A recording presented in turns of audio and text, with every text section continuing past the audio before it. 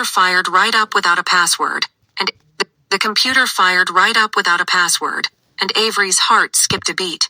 She took a deep breath, plugged in her flash drive, and logged into her email. Then she quickly sent the file over to her classmate. It was all going way too easy. She had managed to send it before noon, just like she promised. Avery didn't want to press her luck, so she went to shut the computer down. But her hand was shaking, and she accidentally clicked a file. The file popped up on the screen, and Avery just stared at it with wide eyes. 5 minutes later, she practically ran out of the study. Mrs. Cooper sighed, relieved. See? Told you Elliot wouldn't be back for a while. Avery was a mess of emotions. She felt like she'd stumbled onto something she wasn't supposed to see, as if she had discovered Elliot's dark secret. She should not have used his computer in the first place. Are there security cameras in the study, Mrs. Cooper? She asked, suddenly nervous. Just one right outside, Mrs. Cooper replied. Avery's face went pale. He's gonna know I was in his study. Just tell him yourself when he gets back. You were only in there for a few minutes. I'm sure he won't mind, Mrs. Cooper reassured her. Avery's phone buzzed. It was a notification from her bank. Her classmate had just sent her $320. She couldn't believe how much she'd made. $320 in just 2 hours. It really took the edge off. She felt bad about using Elliot's computer and seeing what she did, though. She'd just have to come clean when he got back and hope he wasn't too angry. Not that it really mattered, since they were getting divorced anyway. Once that was done, she'd be out of his life for good. His secrets wouldn't be her problem anymore. After lunch, Avery went to her room and closed the door. She sat at her vanity, looking down at her stomach. It was still flat. I don't want to let you go, little one, she whispered. But things are so tough right now. It would be even harder for you if I kept you. Perhaps it was due to the drowsiness that came with the pregnancy. But before long, she had fallen right there at the vanity. That afternoon, loud footsteps outside her door jolted Avery awake. Before she could figure out what was going on, the door flew open. Ma'am, Mrs. Cooper said, her face pale. Did you touch something on Mr. Elliot's computer? Avery's heart jumped into her throat. Is he back? Does he know? Mrs. Cooper was freaking out. You said you were just sending a file. Mr. Elliot says you were messing with other stuff. He's throwing a fit in his study. I really don't know how I can get you out of this. Avery's heart pounded in her chest. She was toast. Forget the divorce. Elliot was going to kill her. Tears welled up in Avery's eyes. I'm so sorry, Mrs. Cooper. I didn't mean to touch his stuff. My hand slipped when I was closing the computer and I opened it by accident. I swear I just glanced at it and closed it right away. Mrs. Cooper believed her, but there was nothing she could do. He yelled at me. I might lose my job over this. Avery's heart sank. She was ready to face the consequences, but she couldn't let Mrs. Cooper get in trouble because of her. She left the room and went to find Elliot. As she walked out of her room, the elevator doors opened and a bodyguard wheeled Elliot out. Their house only had 3 floors, but they did have an elevator. Avery watched nervously as they approached. Elliot's expression was dark and terrifying, and there was a raging fire in his eyes. She knew he'd be mad, but this was terrifying. Elliot, I'm so sorry, Avery choked out. My laptop died this morning and I used your computer without asking. This is all my fault. Mrs. Cooper tried to stop me. She took all the blame. The bodyguard stopped pushing Elliot's wheelchair when they reached the living room. Avery looked up at him. His eyes were bloodshot. She had really screwed up. I'm sorry, she whispered, her voice shaky. Elliot's voice was low and dangerous. You saw everything, didn't you? His hands were clasped, but his knuckles were white. If he were not stuck to the wheelchair at that moment, he might have just broken her neck. Avery shook her head violently. I barely even looked. I swear I wasn't trying to snoop. I was just nervous and I don't even know how that file somehow got opened. Shut up. Elliot cut her off, his voice a growl. Hearing her excuses only disgusted him further. Get to your room, and you're not taking a single step out until after the divorce. Avery knew better than to argue. She could practically feel the anger radiating off of him. She turned and hurried back to her room. As soon as the door shut behind her, Elliot's jaw tightened. No food for her, he told Mrs. Cooper. Was he seriously putting her on house arrest and trying to starve her out? Mrs. Cooper thought, worried about Avery. But she wouldn't dream of disobeying Elliot. In that house, his word was law. 2 days later, Rosalie's blood pressure was back to normal, and she got out of the hospital. Once out, she went straight to Elliot's place. "How are you feeling, sweetie? What did the doctor say? When can you walk again?" Rosalie fussed over her son, her eyes full of worry. "The doctor said I'm doing better," Elliot replied. "But there's something I need to talk to you about, Mom." Rosalie's smile disappeared. "This is about your marriage, isn't it? I set it all up, you know. Avery's a lovely girl, and I really like her. Speaking of which, where is she? You didn't chase her out, did you?" "No," Elliot said, then nodded to Mrs. Cooper. She immediately headed for Avery's room. It had been 2 whole days since Avery had anything to eat or drink, and she was starting to get concerned. Avery was huddled in a ball, hugging her knees, her back against the wall. Her hair was a mess. When she heard them, she looked up in a daze. "Avery, what happened?" Rosalie cried. Avery's face was as white as a sheet, and Rosalie felt her blood pressure spike. "How did this happen? Was it? Elliot? Is he hurting you?" Rosalie's voice shook. Avery had lost a lot of weight. Her face was pale, and her lips were dry and cracked. She was breathing heavily. She wanted to speak, but no words came out. Mrs. Cooper walked over and handed Avery a glass of warm milk. "Drink this first, honey. Don't be scared. Now that Mrs. Rosalie is here, you can eat." Rosalie's face tightened with anger. "What's that? Elliot's not letting her eat? How did she get so thin? Is he trying to starve her?" Rosalie was furious. She stormed into the living room and confronted her son. "Elliot, Avery is the woman I chose for you to marry. What will people say when they see how you treat her? She's being punished for her mistakes.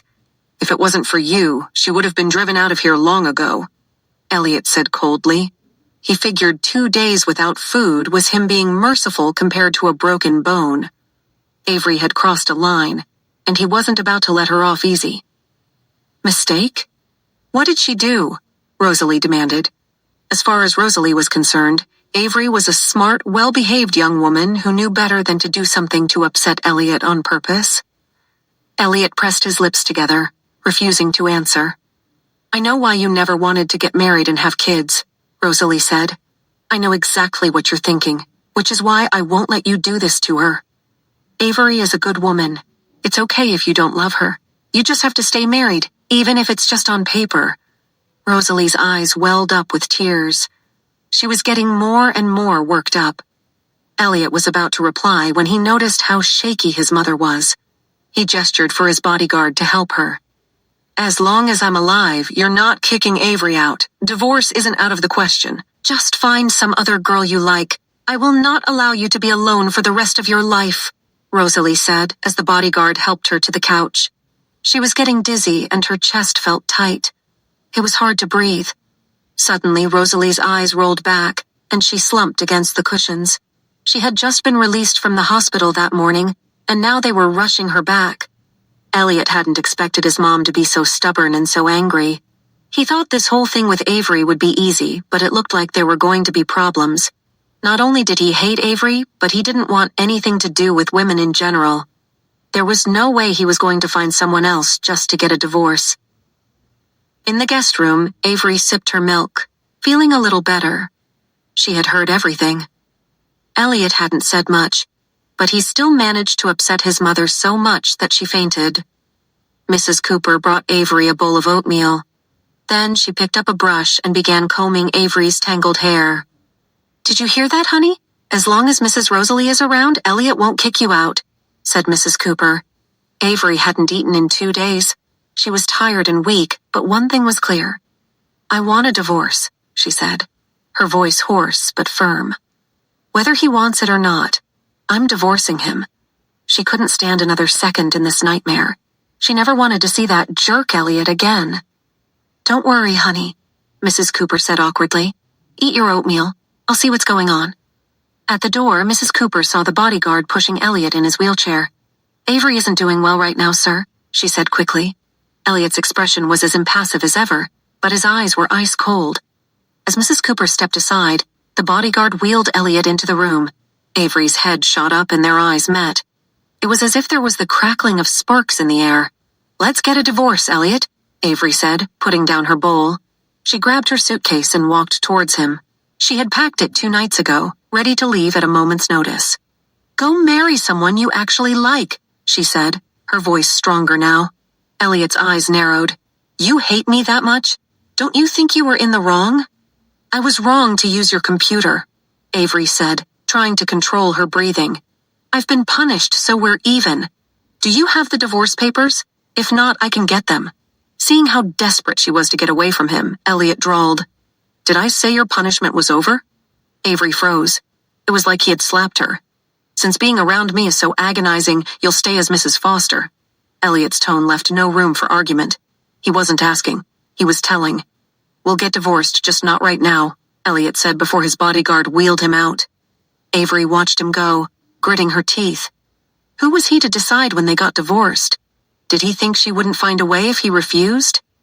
Suddenly, Avery felt dizzy. Her legs went weak, and all her energy seemed to drain away. She collapsed onto the bed. As she lay there, she slowly started to calm down. It wasn't as if Elliot had completely refused a divorce. His mom was sick, so he was probably just delaying things. If that was the case, she just needed to be patient. A week later, Avery was feeling better. After breakfast, she went to the hospital for a checkup. She had a bad feeling that she had lost the baby. Elliot had practically starved her for 2 days, and she had survived on just tap water. Under those conditions, there was no way the baby could have survived.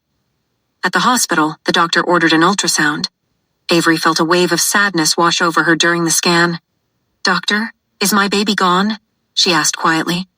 Why would you say that? The doctor asked. Avery chewed her lip. I didn't eat anything for 2 days. The baby was already not doing well. Oh, not eating for 2 days is fine. Some pregnant women have such bad morning sickness that they can't eat for longer than that, the doctor reassured her. Avery held her breath, her voice a mere whisper. So my baby? The doctor smiled warmly. Your babies are doing fine. Seeing her surprised face, he added, That's right, there are 2 sacs. Congratulations, you're having twins. And now the ultrasound showed 2 tiny sacs. Twins. She sat in the quiet hallway of the hospital, stunned, clutching the picture. The doctor explained that twins weren't that common, and that an abortion now might mean never having twins again. Avery laughed bitterly. When they did the implant, the Foster's doctors never said anything about twins. They probably always saw her as just a surrogate. When she began to bleed the week before, she thought that her period had arrived. When the Foster's doctors found out, they thought that the procedure had failed. When Elliot said that he would divorce her after he had woken up, the doctors had never seen her again. Once Elliot said he was going to divorce her after he woke up, the doctors stopped coming around completely. Now the decision about the babies was all hers. Her phone rang, snapping her out of her thoughts. She had been at the hospital for over an hour. She grabbed her phone from her purse and headed toward the exit. Avery, your dad is dying. Get home right now. Her mother's voice was full of panic. Avery froze. Dad? Dying? What happened? He'd been hospitalized when his company went under and had been bedridden ever since. He hadn't even been well enough to attend her wedding, but she had no idea it was this serious. Her thoughts were racing. She and her father, Jack, weren't close. She'd never gotten over his affair. But a wave of sadness washed over her when she heard the news. The Tates' living room was a mess when Avery arrived. Laura took her straight to their parents' bedroom. Jack was lying in bed, barely breathing, his eyes half closed. When he saw Avery, he weakly lifted his arm toward her. Dad, why didn't you go to the hospital if you were this sick? Avery cried, holding his cold hand. That's easy for you to say. We don't have the money to send your father to the hospital. Wanda snapped. Avery shot back. Didn't you get a ton of money from the Fosters? Why didn't you use that to help him? Wanda scowled. That money went to paying off debts. Your father's company was drowning in debt, Avery. Don't act like I blew it on myself. Besides, the doctors can't do anything for him now. It's better if he dies. With that heartless statement, Wanda stormed out of the room. Avery stayed put. Regardless of their problems, Jack was still her dad. He'd always loved her, and she couldn't bear the thought of losing him. Don't be mad at her, Dad. It's not that she didn't want you to get help, it's just that money's really tight, Avery said, wiping her tears. You're going to get through this, Dad. I know it. But Jack wasn't listening. He looked at her, eyes filled with tears, his lips trembling. Avery, my sweet girl, I've failed you. I failed your mother. Maybe in our next lives. His hand suddenly went limp in hers. A shrill cry tore through the house. Avery's heart throbbed in pain. Everything had changed in a single day. She was married and pregnant, and now her father was gone. She had thought that she was still just a child herself, but life swept her up and pushed her into a lonely, hopeless corner. The day of the funeral was dreary and pouring. Given the Tates' downfall, not many people came. After the service, Wanda went to a hotel with the guests, and the rest of the crowd dispersed. Soon it was just Avery and Laura left at the cemetery, their moods as heavy as the clouds. Do you hate Dad, Mom? Avery asked, tears blurring her vision as she stared at her father's gravestone. Laura's gaze dropped. I do, she said flatly. Even in death, I will never forgive him. Then why are you crying? Avery asked, confused. Laura sighed. Because I loved him, she admitted. Relationships are complicated, Avery. It's not always love or hate. Sometimes it's both. That night, Avery dragged her exhausted body back to Elliot's mansion. It had been 3 days since Jack's death, 3 days of funeral arrangements, and 3 days avoiding the mansion. No one from the Foster family had reached out, and she hadn't told them about her father. Things with Elliot were icy. As Avery stepped into the yard, she noticed that the mansion's lights were blazing. The living room was packed with guests, all dressed up, laughing and holding glasses of wine. Avery stopped dead in her tracks. Mrs. Foster. Perhaps it was because Avery's cold and pitiful expression stood in stark contrast to the liveliness of the living room, but the smile on Mrs. Cooper's face tensed as she hesitated. Come in, dear, you're soaked. It's pouring out there. She ushered Avery into the bustling living room. In her black trench coat and low heels, Avery looked striking against the luxurious backdrop, but her usual warmth was gone, replaced by an icy chill. Mrs. Cooper brought her a pair of fuzzy pink slippers, and as Avery slipped them on, she noticed the curious stares of Elliot's guests. They eyed her with a mix of judgment and disdain. Her gaze drifted towards Elliot, who sat in the center of it all, a cigarette smoldering between his fingers, his face an unreadable mask. But it was the woman beside him who really caught Avery's attention. She was stunning, with long dark hair and a figure-hugging white dress. The woman was draped against Elliot, their intimacy impossible to miss. Avery met the woman's gaze, a flicker of something unreadable in her eyes. You're Avery Tate, right? The woman said, rising from the couch and approaching Avery with a confident swagger. I heard you're the wife Rosalie picked out for Elliot. She has good taste. You're pretty, if a little small. The woman's eyes raked over Avery's frame. And I'm not talking age, sweetie. I'm talking about your figure. She let the sentence hang in the air. Avery's lips curved into a humorless smile. You're stunning. You've got curves for days. You're better than me in every way. So when's the big day? When is Elliot taking you as his wife? Her casual tone seemed to infuriate the other woman. How dare you speak to me like that? You may be his wife on paper, but I've been by his side for years. He wouldn't bat an eye if I slapped you right now. The woman raised her hand threateningly, and then all hell broke loose. Avery grabbed an expensive wine bottle off the table and smashed it against the edge of the expensive coffee table. The sound of shattering glass cut through the room, silencing everyone. Red wine splattered across the polished wood and dripped onto the perfect white carpet below. Avery's eyes were on fire, her knuckles white as she gripped the jagged neck of the broken bottle. Go ahead, try me, she hissed, her voice low and dangerous. Touch me, and you'll be sorry. The entire room watched in stunned silence as Avery stalked toward the woman, holding the broken bottle like a weapon. People had heard the rumors about the Tates' oldest daughter being shy and easily pushed around. But this was something else entirely. Elliot watched the whole scene unfold through a cloud of cigarette smoke. His eyes narrowed. His fiery gaze was fixed on Avery's pained but stony little face. Slammed the door, so quiet they could have heard a pin drop. Everyone was shocked. Nobody disrespects Elliot Foster by slamming a door in his house like that, She had to be out of her mind.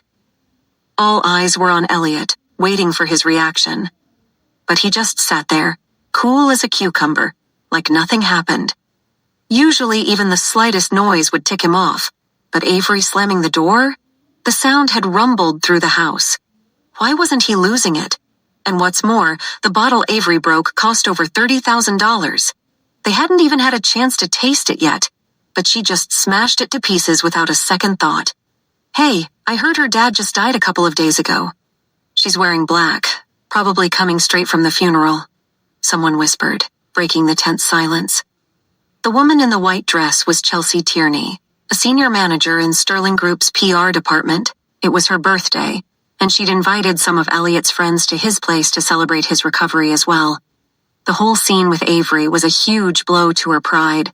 Chelsea noticed Elliot wasn't reacting, but she knew him well enough to know he could snap any second. I'm so sorry, Elliot. She returned to his side and said cautiously, I had no idea her father passed away. Elliot stubbed out his cigarette and picked up his wine glass. With one long drink, he downed the whole thing. Happy birthday, he said in a low, husky voice, placing the empty glass on the table. Chelsea blushed. Thank you, she murmured. And Chelsea, Elliot continued, straightening his collar, his voice suddenly a little menacing. Avery Tate is not someone you can touch. Nobody pushes her around in my house but me. Chelsea panicked. But you're about to dump her. She won't even be your problem soon. Elliot's eyes turned icy. Even if she were yesterday's news, I wouldn't let anyone walk all over her. Just then, Mrs. Cooper came in to clean up the broken glass and the soaked carpet. Someone refilled Elliot's glass. Don't worry about it, Elliot, the guy next to him said, trying to lighten the mood. Chelsea didn't mean anything by it. She wouldn't actually hurt Miss Tate. Yeah, Chelsea, 3 shots as punishment. Birthday girl or not, you crossed a line, another person added. Chelsea picked up her glass, ready to take the shots. Elliot looked at his bodyguard, who immediately walked over and helped him up. Enjoy the party, everyone, Elliot said before heading to his room. Chelsea watched him leave, her eyes a little teary. She downed the 3 shots and stomped out in her stilettos. Ugh, both the stars of the night are gone. Are we still partying or what? Of course. It's probably for the best that Chelsea chills out. Otherwise, she might actually believe she has a shot at becoming Mrs. Foster. Doubt tonight changed anything. Elliot's still going to divorce Miss Tate anyway. Speaking of Avery, she's pretty, but she's got a temper. How does Elliot handle that? In the guest room, Avery sat with her knees pulled to her chest, tears streaming down her face. The dam she had built over the past 3 days had finally broken. Her father's final words of apology echoed in her mind. All the anger she'd felt towards him had vanished without a trace. She sobbed until she fell into a deep slumber. The next morning, Avery woke up with puffy eyes and a throbbing headache. She hadn't eaten much in days, and her stomach was growling. She put on a fresh nightgown and left the room. Reaching the dining room, she stopped dead in her tracks. Elliot's back was to her. Breakfast is ready, Miss Tate. Come on in, Mrs. Cooper chirped, noticing her. Avery usually avoided Elliot like the plague, terrified of setting him off. But knowing he was dragging his feet on the divorce made her a little braver. She chose the seat farthest from him and sat down. Mrs. Cooper placed her breakfast in front of her. Just as she was about to eat, Elliot spoke. That bottle of wine last night was $30,000. His voice was flat, indifferent. Avery's hand tightened around her fork. $30,000 for a bottle of wine? What was it? Liquid gold? Did he want her to pay for it? Did he think she was made of money or something? Her stomach twisted into knots. Her back grew damp with sweat. Suddenly, she wasn't hungry anymore. Elliot glanced at her pale, tired face. Consider this a heads up. You break anything else in my house, you're paying for it. Relief washed over Avery, her appetite returning. Many women suffer side effects during the early stages of pregnancy, ranging from vomiting to being bedridden. Apart from the occasional bout of nausea, Avery had yet to throw up. However, when she saw the pieces of meat on her plate, she suddenly felt uneasy and picked them out. Is it not good?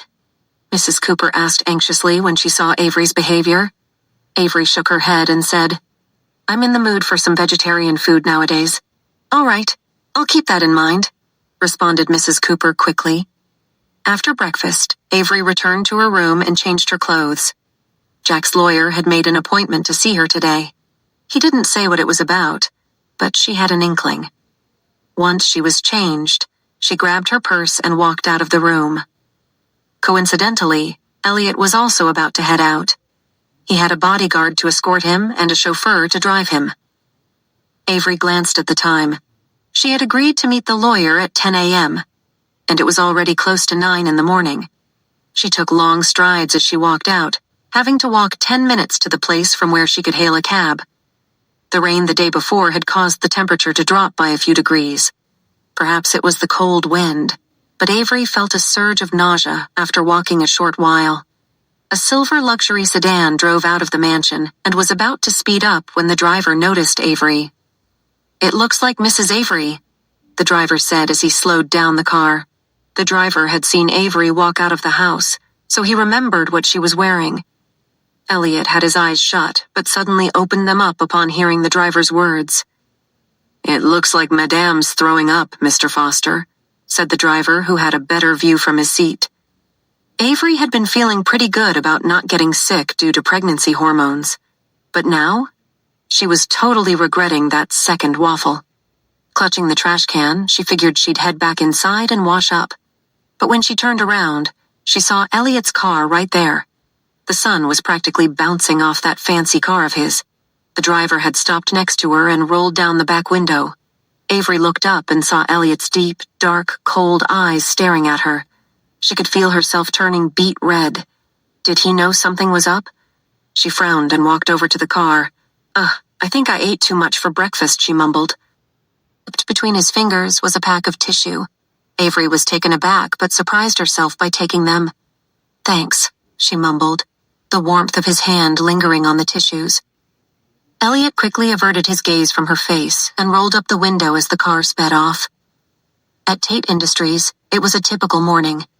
Everyone was hard at work, even though it had been a month since the company paid their wages. Still, Tate Industries was a known company, and despite the bad press, people were holding on, hoping for the best. If Avery hadn't known about the mountain of debt, she would have thought everything was fine.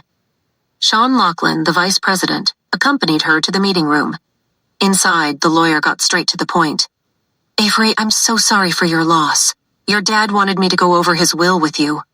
Avery nodded solemnly. The lawyer opened the file. "Okay, so your dad owned 6 properties. They're located." He quickly listed some locations and handed her a document. "Take a look." Avery carefully reviewed the papers. He also had 3 parking spots, the lawyer added, passing her another document, along with 8 storefronts and 12 cars. Avery was floored. Her father had never discussed finances, and she had no clue he was so wealthy. It made her uncomfortable. If he had all this, why didn't he sell some of it to pay for his treatment? Avery asked. "Apart from the aforementioned assets, there's also the company," the lawyer explained. "He wanted to leave it to you, but it's currently drowning in debt." Avery's stomach dropped. "How much?" Sean adjusted his glasses. "Around $125 million. If you inherit it, that debt becomes yours. You might have to sell all these properties and cars just to break even. $125 million. Avery was speechless. Even selling all of her father's assets wouldn't be enough. "You can always walk away, Avery. You wouldn't be responsible for any of it," Sean offered gently. "But this company was your father's life's work. Can you really let it go under?" Avery took a deep breath. "What about Wanda and Cassandra?" Sean sighed. "Don't even get me started on your stepmother. This whole mess is partly her fault. She arranged for her brother to work in finance here a few years back, and he embezzled a fortune. No one's seen him since." Avery rubbed her forehead, her voice shaking. "I don't want Dad's company to fall either, but where am I going to find that kind of money?" "We could take out a loan," Sean suggested. "We're done developing our new product. Once it launches, we'll be in a much better position." "Who'd lend us that kind of money?" Avery was incredulous. "Banks," Sean replied. "And if they won't play ball, we'll find an investor. It's worth a shot. If it doesn't work out, you haven't lost anything." Meanwhile, on the top floor of Sterling Group, the sun was shining through the spotless floor-to-ceiling windows.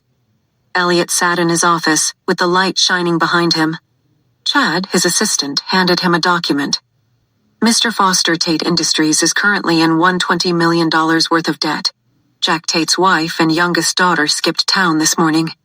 It doesn't look like they'll be returning until the company's troubles are settled. I doubt Miss Tate will be able to handle it. $120 million is an impossible amount for her. Elliot had asked for the info on Tate Industries, so Chad figured he was interested. Ben Schaefer, Sterling Group's CFO, was watching the whole thing with a smirk, stirring his coffee. "Want to bet on this, Chad?" he said. "I say Avery Tate comes crawling to Elliot for a loan. He'd probably give her special treatment, even give her a chunk of change just for asking." Chad shook his head. "No way. She wouldn't have the guts." Ben chuckled. "You didn't see her last night. Smashed a vintage bottle right in front of us, went toe-to-toe with Chelsea.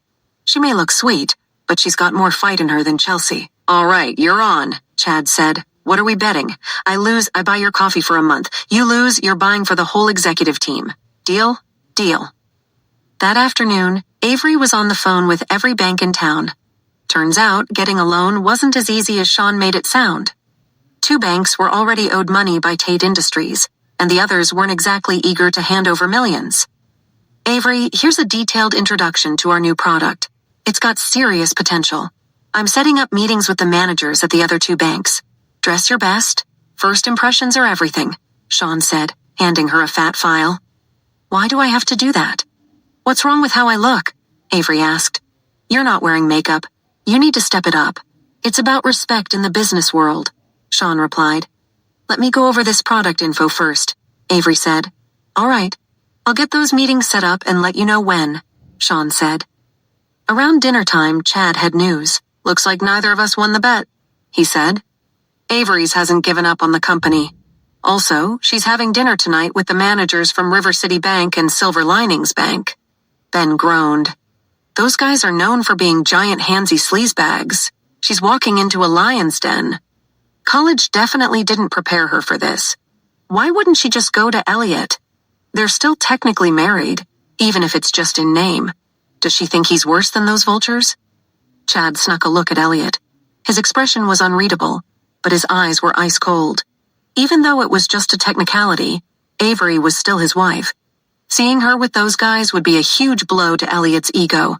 Knowing Elliot's temper, if Avery was playing games, it was going to end badly for her. "Should I give her a call, Mr. Foster?" Chad asked carefully. Elliot's hand clenched into a fist, his knuckles white. "Don't," he growled. He wanted to see just how far Avery would go behind his back. Ben cleared his throat.